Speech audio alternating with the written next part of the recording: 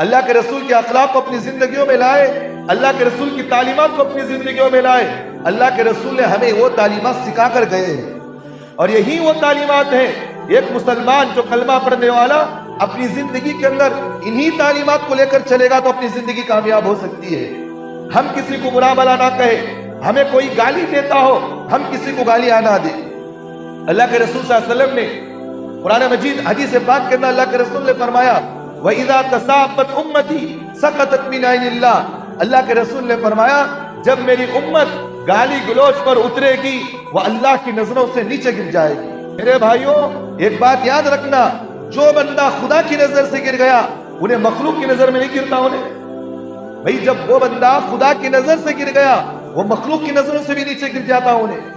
لوگ اس سے محبت کرنے والے نہیں ہوتے، لوگ بھی اسے برا بھلا کہیں گے، لوگ اس کے ساتھ بیٹھنے سے بھی ڈریں گے، لوگ اس کے ساتھ بات کرنے سے بھی یہی کہیں گے یہ گندا انسان ہے، اس کے اخلاق ٹھیک نہیں ہے، اس کے کردار ٹھیک نہیں ہے، اس کی زبان ٹھیک نہیں ہے، یہ اچھا انسان نہیں۔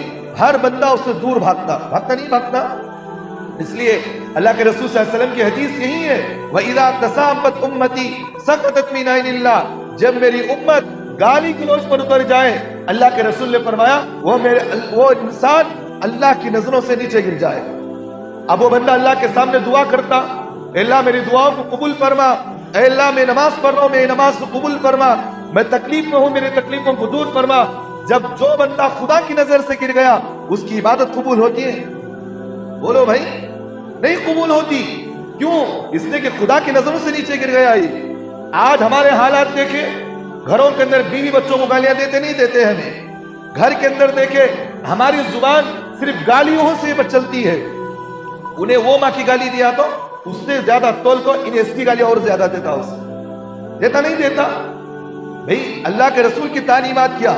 جب تمہیں کوئی گالی دے خاموش اختیار کر لو۔ اس کو اللہ کے رسول نے فرمایا جو بندہ خاموش رہا انہیں نجات پایا، من سکت نجا، جو بندہ خاموش رہا انہیں نجات پایا۔ سامنے والا تمہیں گالیاں دے، برا بلا کہے، کچھ بھی کہے، خاموشی اختیار کرو۔ لیکن کچھ لوگ ایسے ہیں نیک بندوں پر، اہل علم پر اور جو ہے اللہ والوں پر، آج ہمارے مسلمانوں کے اندر بھی کیا مزاج معلوم؟